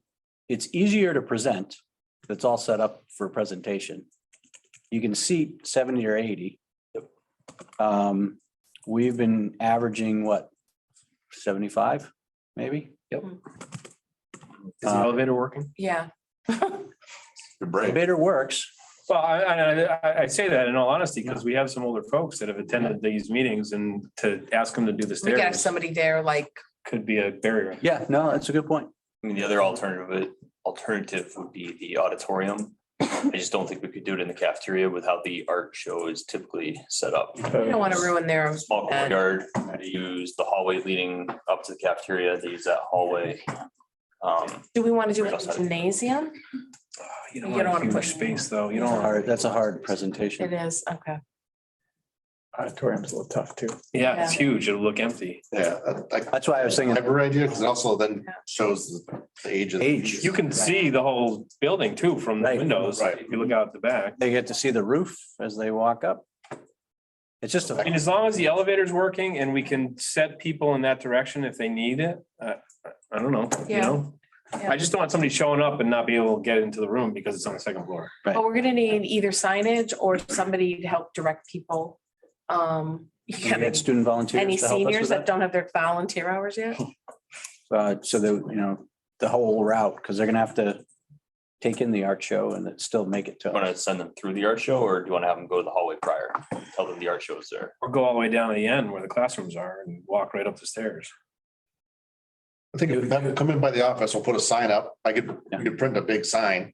Yep. Say this way and send them right past. Yeah. Karen's And Our show students, runs that entire the elevator. Yeah. is it hallway Elevator in to the the left. auditorium. stairs. Front of the auditorium. So there's two hallways that go alongside the auditorium. First hallway is First hallway art show. is not where the art show is. The second one is where the art show is. Back one. Yeah, over by the cafeteria. And that's why the caf would not be a great space, because they kind of Slide in. towards that lobby area in front of the cafeteria. What are the hours of the art show? Starts at 6, Till when? 7 to 8, 6 to 8. Because we might get spillage out after, we could send people. Yeah. through. Yeah, it would be great. Encourage people to go visit. Yeah, I mean, as they arrive, if we had somebody there, direct them in both directions. If you'd like to go directly upstairs, then if you'd like to walk through the art show on your way upstairs, you can also do that. Yeah. I think it's kind of cool because the art kids kind of never really get, I know I've The art walked show's through been by great over the years, mistake yeah. and really it's pretty The impressive. other thing they get to see is that we don't have a really great place to display. Yeah. So anyway, The art Yeah, for they do discussion. completely Yeah. design that space for that week They- and it looks awesome, but it is not conducive. Like it's, Here's my art, here's the yeah, boiler room. as you're walking away, you see all the art displayed, it's great. Like, there's no natural, Yeah. yeah. That's where the LGI will come in here, right? Yeah. Right. Is it a concern that it's the same start time of the art show and the community forum? So Would you maybe want to have the forum start at 6:30? the art show, it's not like a hard start. timed event. It's kind of where they open their doors and you go through at your leisure. Mhm. And so I don't see, like, if they had like a defined start time, it was like, this is when like the presentation kicks off, it'd be different, but it's more just come and go as you please, as long as you want to stay. Open house, yeah. I think if you have that front hallway open and we have signage plus student help, we should be okay. And then 5:30 tour, 6 o'clock forum. That's what we did last time. Yeah, Yeah. 5:30 tour, 6 o'clock. Don't take them through the art show. Well, that's what I was gonna say. Do we still want to do that with the art show? Just a limited tour. Just don't go that all way. Not a 3-hour tour. Get them lost. We want them coming in the side entrance over by below IT for the forum. I would put them through the front door. I think. Yeah, you want them through the front door. They should, yeah, but I'm just saying. Take them for the abbreviated. Of this tour, this one's you, right? I'm upstairs, remember? Hosting. Or the tour after. I'll follow you, Frank. Good tour after. Tired at that. Offer it that way. Yeah. You're giving out tax information. What energy you're gonna have left. The tour after. I think the tours are worth it though, because we've had good participation We have, and it You might have may, even turned a couple people. I don't think they. Yeah. You know, so 5:36. Good. Make it work. Okay, good. Can we Great. publicize the tour on, because we haven't yet publicized that there's been the tour. on- yeah, I can do a Blackboard Connect. You want me to do it tomorrow and then Sunday? Well, I mean, just like the communications of that we're having the forum also include that at 5:30. Yeah. Sure. Yeah, we've included that in the past. can that, Yeah, I think it was kind of low key last time. Yeah. Flyer just said what time it was, so if we could. yeah, I would publicize with whatever you do too. But Gordon, can you do yours on the whole town Yeah, we'll get together. thing? Because it's just going to the school people, I think, the last time. Right. And we need other people to know because they're gonna think we're not I sharing. don't have that authority, but Ryan does. You- Don't worry. Nice. Right. Okay. So can we say meet and is it like the front lobby that folks would meet? Mike, where would you like folks to meet for the 3-hour tour? Outside the office. Or the library, because everybody starts at the library. Oh, Well, no, because They know where it If is. you're there at 5:30, well, I guess it'd be moving by at 5:30, 5:40. I'm saying you come into the art show, there's a giant group of people and you can't get through, but I just have them meet outside the main office. Yeah. Make it easy. Yeah. Okay. Everybody knows where to go from there. Right. You get there. Take Got them there. to the weight room first, Frank. Great. I'm gonna try and move along. Okay. for an Hour and a half, but the one on here at the Community Sustainability Charrette on June 7th. Just wanted to highlight that one. And Gordon, if you want to go to the next slide. Are hoping for a mix of ages, presentation, then break out into smaller groups for those that are interested in different parts of the sustainability mix. And we'd definitely like to relate it to the master plan and green communities. So Yeah, that's the so, next kind of push. yeah, I think we need to fix the time. I mean, we're looking for a 2-hour block. Talking about the charrette. Yeah. I was just checking to see if I had it on the calendar. Oh, Oh, you're changing the time now? oh, yeah. No, you tell me. What do you have in your calendar? You had 2 o'clock to 4 o'clock. We had 2 to 4. That's right. We did talk about. Yeah. Perfect. Okay. Not changing it. Not changing it. Nice. Scared. Okay, great. So yeah, I think we'll. Victoria's help and your help will, and to reach more people. We kind of You suggested that wanted would be on the faculty, right? library because it's sort of a Yep. group activity and we'd need the Right. media and kind of want to have conversations with people. So That's gonna be tough at 2 o'clock. is it? Oh, okay. Yeah. You think it too? Hmm? At 2, Into the high school? June 7th? Oh, Seniors are gone. Yeah, there's still 600 kids here though, right? 30? yeah, should. Out by 2. But Aren't they all gone by 2? I know if I have a meeting at town hall at 2, I have to get there at 1:30. Okay, Oh, but you would know then, yeah. that's a good point. So I'm late for 2 o'clock meetings. I don't care anymore. All right, we could go to, you want to go 2:30? 30 to 4:30? I think at 2 o'clock, people are coming at 1:45 to park, the buses are there. Yeah. True, true. Yeah. Good, thanks. Noting that. I figured 15 minutes they're gone because that's how long I used to do So they this. don't have meetings in Meadowbrook at 3:15. That's true. That dismissal's a little longer though. But back to your original question, which was who do we want? I mean, it's open to anyone. Right. We'd love to have students. We want students. That was why we put it at 2, is because we That's what knew we're students wouldn't hang around longer probably than 15 minutes. Maybe they could stretch it. Well, all right, we'll do our best. Snacks. Exactly. Feed them snacks. Food. Who doesn't? Tour of the building. Community service, they're coming and doing, although I cannot with that, but you know, maybe if they come and they Well, technically high school participate and they have some good ideas. Well, high school and middle school, we want to advertise, right? Well, Yeah. that's, yeah, we are. And there's a teacher over at the middle school who's super excited about this. We've had people at the forums who really wanted to talk about Yeah. sustainability. So I really think if we advertise, we'll get a very specific crowd of people who want to know more and get engaged. Should you do a bus from the middle school to high school For the students, Yeah. I could ask. for 8th grade? I mean, I guess maybe see what you got for participation. I mean, athletics will be done, so we should have a bus available. Well, unless we're in playoffs. Hopefully we're in playoffs. I shouldn't have said it that way. Other than our playoff teams. And maybe it's a good idea for us to have boards printed for the high school students to see who might not stick around very long, let them know that there's food and boards, information or, an opportunity for them to come. Just so we can Food see and more boards. students, high school students coming through. Sure. Is this something that could go in the, like the senior center newsletter or something? Or do they have, I know they have like events and stuff like that. Is that the age you want? You want all ages, right? Not just. It's open in the community. It's a rough time, Yeah. because I think we are, sort of leaning more on staff and students. Oh, okay, that's. But 2:30, I think you do have a question. Don, do we have a question? All right. On the panel, let's get a hand raised. Oh, it's me, Kim, sorry. No. So I actually have to jump off the call in about 10 minutes. So I just wanted to know if you had any questions on the No, we haven't gotten there yet. Yeah, okay. Yeah, All right, next slide. Thank you, Kim. thank you. Keeping us on All track. right, we'll get it figured out. Thank you. Okay, Good start. one more? Perfect. Okay.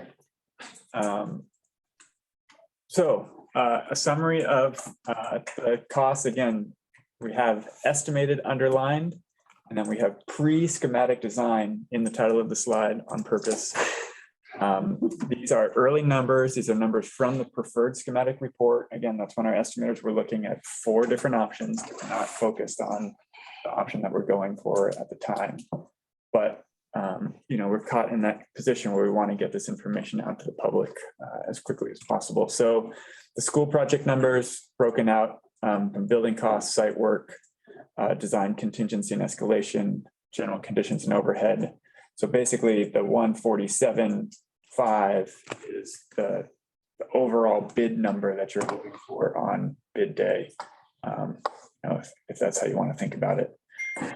And from construction costs to project costs, that's design fees, that's owner's contingency, that's construction contingency, that's furniture, that's technology, that's construction testing costs, brings it up to 176.5 million for your total approximate project costs. Approximate MSBA reimbursement is a range, again, because we're early on in the process.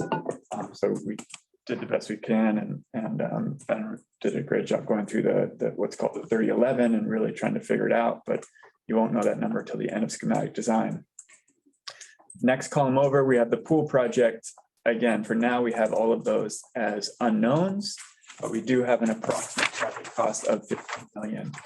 That's taken from the pool cost from West Springfield, done in 2011, applying industry escalation and inflation rates since then to come up with that number. And so at the end of schematic design for both of these projects, we will hope to have more concrete numbers in both of those columns.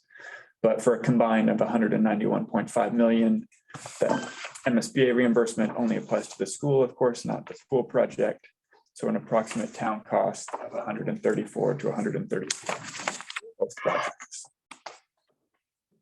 Next slide. So I'll continue that kind of that last line. I'll repeat at the top here.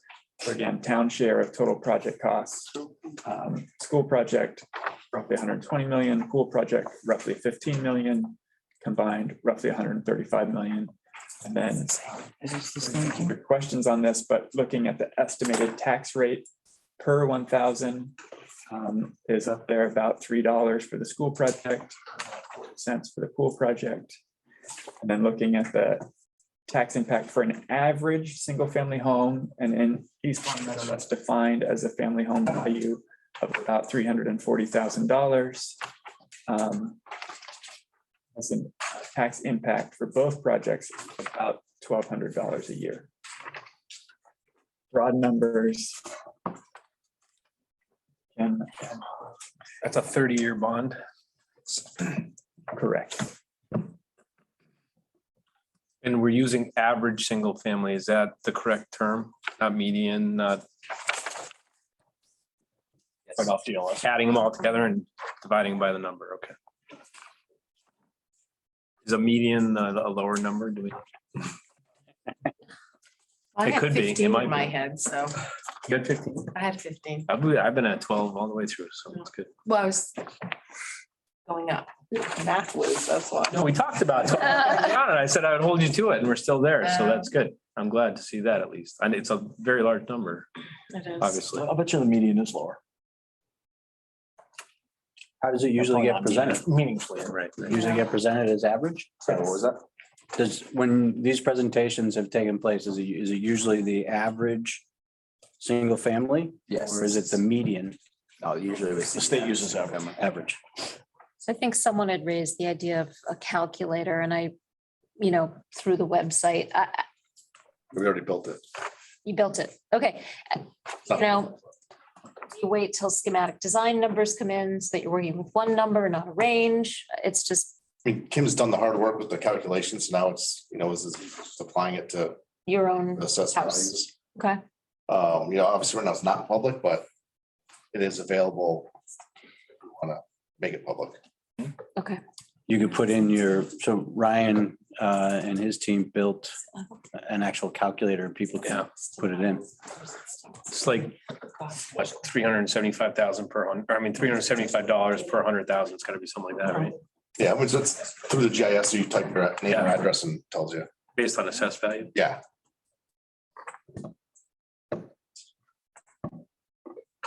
This is how we were anticipating presenting it, Just like that. just like this, these exact slides.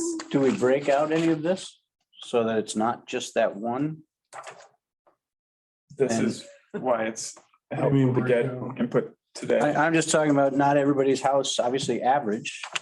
Is that there are homes that are as expensive and their Well, homes. people can do the math, right? If you have a, Yeah, I think you want to stick with this. Yeah. I think we want to keep We it could figure as that out. general Right. as possible, because you got They can $700,000 house. House and they've got a phone in their hand, they can figure it out. Okay. Greg will go over and help them with the math. I will. You will. Each and every one of them with the microphone. I actually just Gotta have point a one thing mic. out. I just want to point one thing out.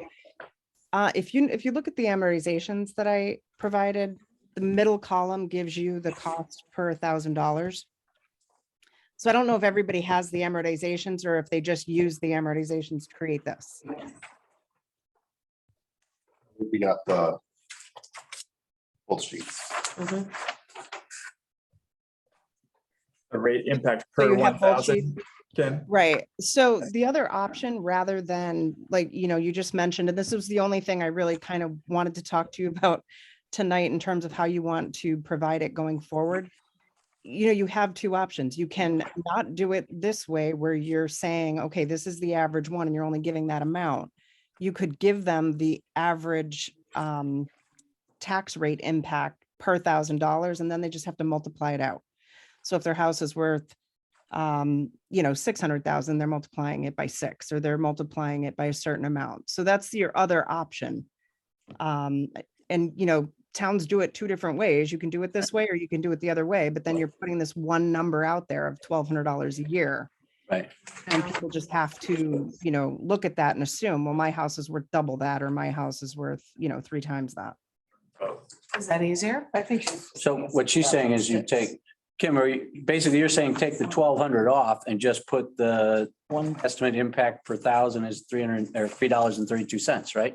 Right, as opposed to actually saying this is the average single family home and this is what it's going to cost an average family home. You just say this is what it's going to cost per $1,000 of your value, and you leave it up to people to calculate it on their own, and then you haven't put And out. people who are doing the other math. Yeah. I think you need. You could just show the rate and give them the It goes example from as a. 332 single- to 359 though, so there's a difference there that we need to express, that it's one rate goes up for a few years and then it goes down at year. But on average, the rate is about 359. You're really going to want to put that higher impact out there, Yeah. because that is the worst they're going to see. Yeah. They won't complain if it's less. Yeah. Maybe that's. If you go with just the rate, do you want to at least show an example? Yeah, we could.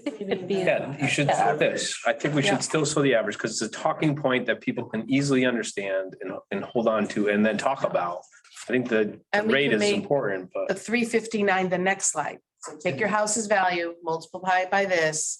This is your tax impact. So instead of. People are gonna think that the house Potential. value is higher than their assessed value actually is. yeah, Yeah. So like, I'm looking at my house, it's, the assessed value is 370, but it's actually, on the actual market, what people are gonna think is higher, so they're gonna think their tax impact. we should specify assessed value then. Right. Right, Kim? That's your calculations are based on assessed. Yes. assessed Tax value. Yep, okay, yeah, that's a good point that we should All right, clarify so that the because word- you're You're sitting there in the meeting, 20% more on a. my neighbor's house just sold for 700. Yeah. Well, even their assessed values 550. I hope Diane's not on the meeting, but. All right, unfortunately, I have to jump off, but if you need me to update it, if you want to see it without the average family, just let me know. I think Hey, Kim, we can't go longer than 30-year bond, right? No, you're going to go 30. Thank you. because by then we're gonna I'm need. trying Good to. night. Yeah. Thanks, Kim. Thank you.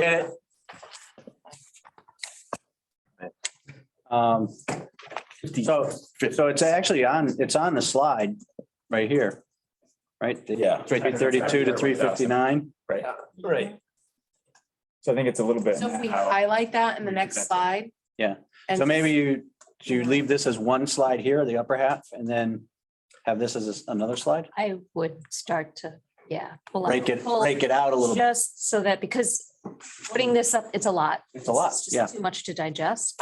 Information, yes, is all there, so maybe we just, Pull it out to multiple slides Little bit. or. Ryan, I don't know. Slide this form, another slide, to another. Ryan's point, average single family home assessed value. Assessed value. Assessed Is value. that on when you're looking at our tax bill, just go right to, It's on but right on the tax bill? Yes. We should let people know it's right It's on on the your. tax bill, it's on the public GIS has it, it's on the Yeah, assessor's yeah, property. They do. I love that. Is it anywhere Anybody else? want to share their tax Whatever. photograph? It's 3 different spots right there. I know, do we have, could we create a faux tax bill to show people like this is where it is on your tax bill? Or a blank one or With the something? median value. Or, The average. are you going too far in that now you're getting into the work? Maybe you of- are. Because now we already have the numbers. Yes, ELHS. Yeah. Like that group should be taking this information and going that direction. Right.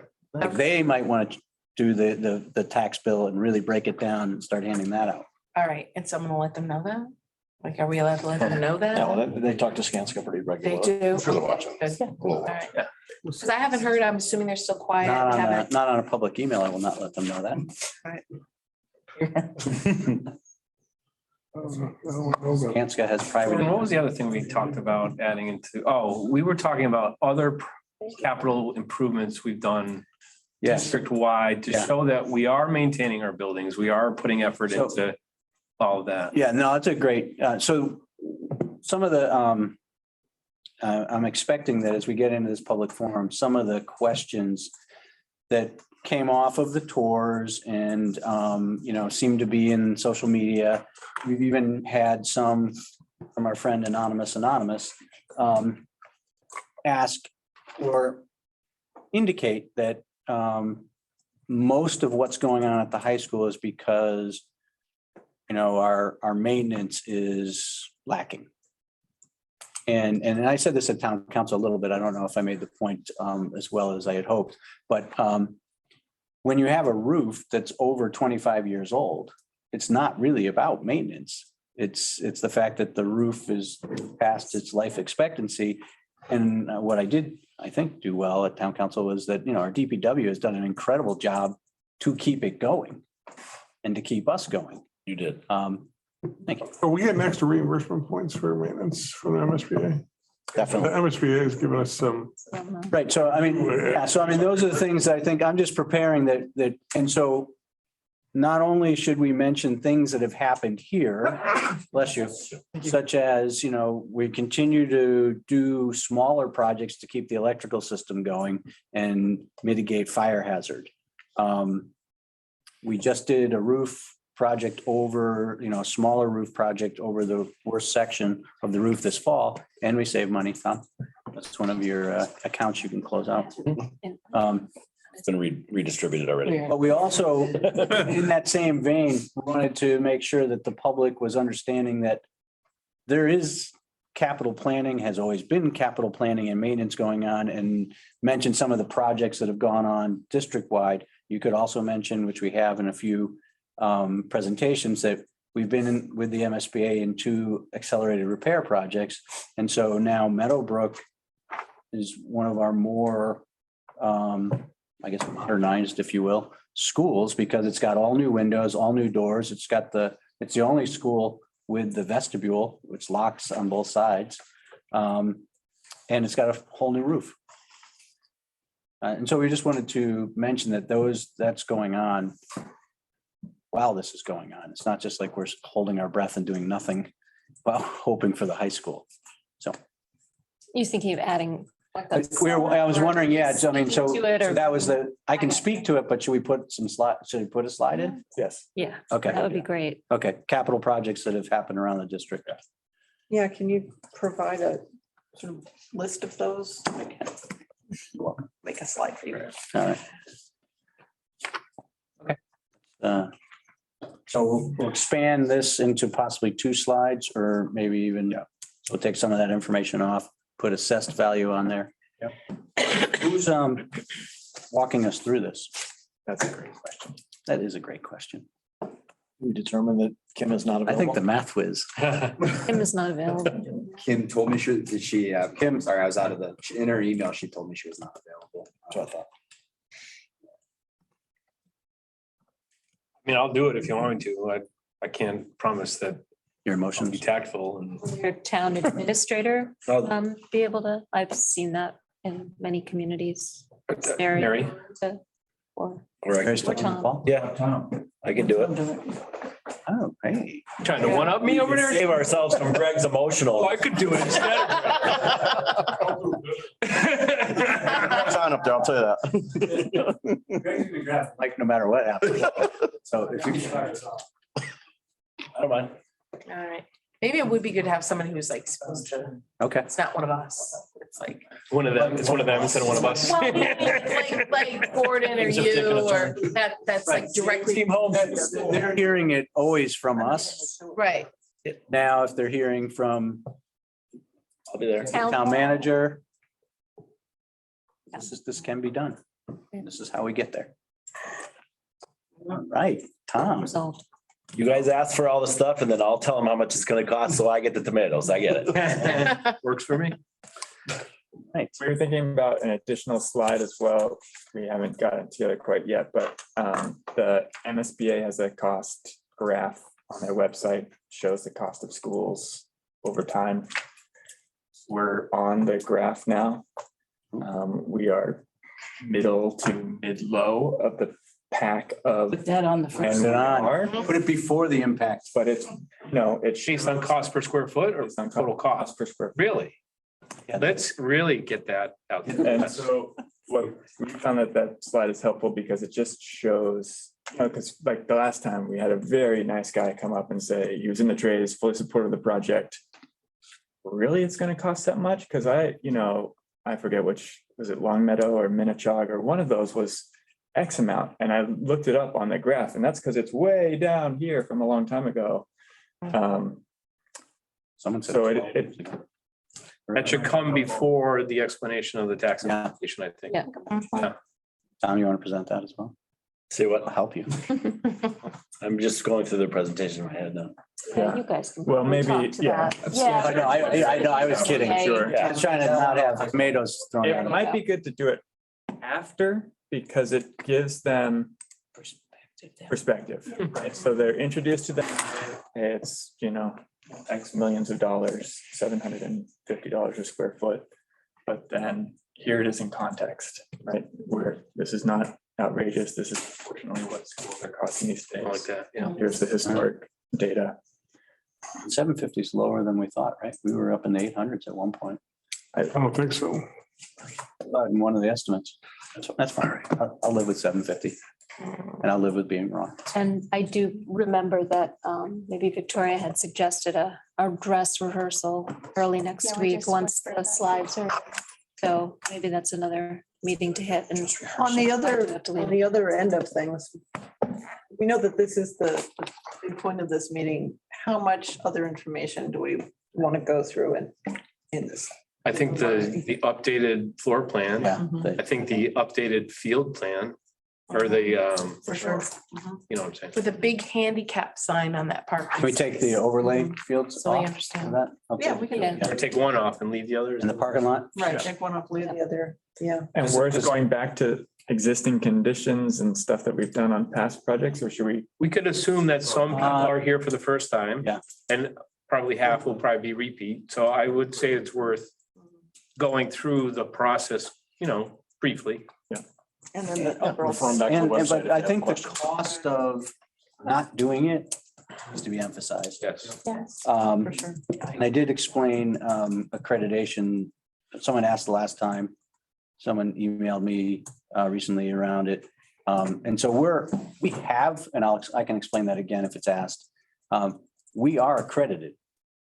So just so people realize, so, we can drop that down a little bit. We're on warning status for community resources, which then basically bring the building in.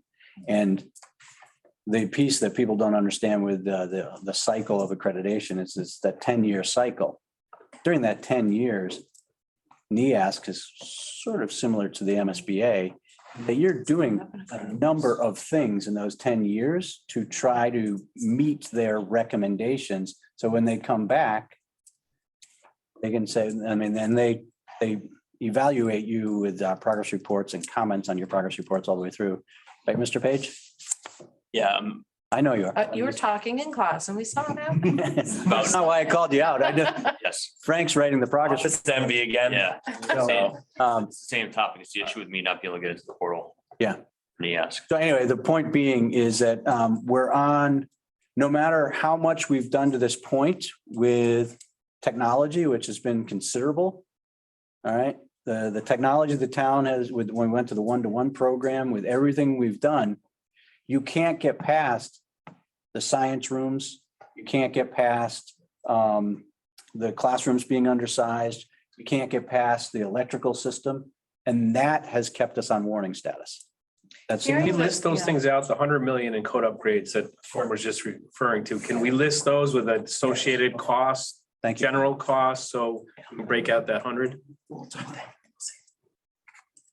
Just because it's important that really we don't have a plan B, because we've never funded anywhere close to $100 million in capital projects in 100 years, so it's 100 years of capital projects. So I think, Gordon, we have to hammer it home, like you said. Yeah. This is our only option. This is our only shot at it. Think of the $10 million complete overhaul with additions at Meadowbrook and what we've put into Meadowbrook School in the last 20 years. Mhm. And it's far more than $10 million, you know, so maybe they do, I'm not saying to refer to Meadowbrook, Yeah. but to refer to what it's going to cost. And it took 20 years. Should there be an emphasis on the systems of the school or just plans? The existing, No, the proposed. I would touch on them because it's interesting. I find it interesting.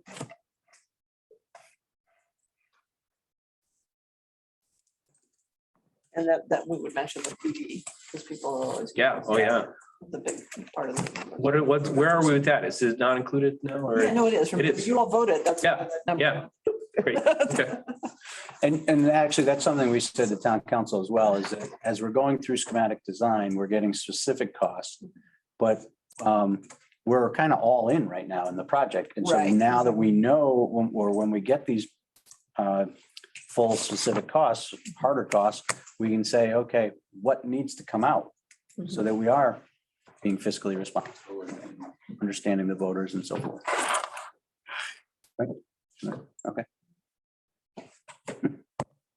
Kathy was with us.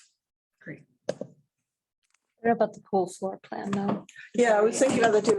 Is it enough that we just show the footprint of, I mean, people always want to be convinced that the pool is. Is happening. So in the site plan, showing that kind of yellow box, that's sufficient to, because we're still early. It feels too early to show the plans because I think people will. Well, I wouldn't mind showing a picture of West Springfield if we're going to look at it. This is the one we're gonna look at. We based our estimates off of this one. This is what it could look. This is how you got the price. Yeah, Okay. yeah, that's. And I saw you included my stairs in your preliminary drawing. Is that correct in the pool? There's a little cutout. We did talk about them. Okay, let's hit on that as well then, if that's part of the plan. Accessibility. Yes, Yeah. accessibility, yep. Sorry, you guys, I have another meeting. Oh, we ran long. I'm gonna sneak out. I apologize. Thank you. Yeah. May have, I think having these meetings. Tom? The pool meetings is Thank you. No, I think we did all the community forum planning. dark. Any communications? Any? Sorry, I was. There's a exodus happening, so Yes. were there other issues that you wanted? No, We have a second issue of that pamphlet up on the website, so that's up, and then I think tomorrow we'll get posted the flyer Okay. noting the location of the forum and also the tour. And 5:30 tour, 6 o'clock start. We're also working on a flyer for the sustainability charrette that we'll get you. That'll be, distinct from the forum flyer. So we'll get that over to you. I think also at the forum, at the forum coming up, we can mention the sustainability charrette. For sure. What's tomorrow? Friday? Sunday? Do a message Sunday as people are planning their weeks. And then do another message Wednesday as a reminder, maybe, yeah. Sunday and Wednesday. Everybody likes to hear from me on a Sunday. Hi, this is Gordon Smith. Mother's Day too. Snow day today. I know, it's June 2nd. We're gonna have a snow day today. We don't have to make up. You should lead with that, Gordon. And then just kidding. On June 2nd. Click, click, click.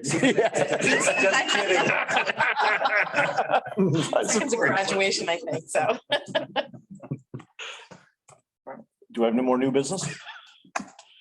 This next meeting date, I know we talked with the pool building committee before this, and we scheduled the next meeting for that. I believe it was June 15th at 3 p.m. So I think we were gonna try to schedule a building committee meeting right after at 4 p.m. if everybody is available.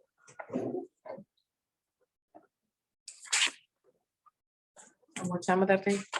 4 p.m. Second to last day of school. Hired on the last day of school. Does that work? Yeah. Wasn't May already? Huh? No, I said it's fine. I said it's the second to last day. I know, I can't. Okay, June 15th. Combination. It's good. Anything else? New business? Enter. Anyone? Going? Anyone remote? No one? Move to adjourn. Okay, Any discussion? Seeing none? all in favor? Aye. Bye. Everybody? Thank you.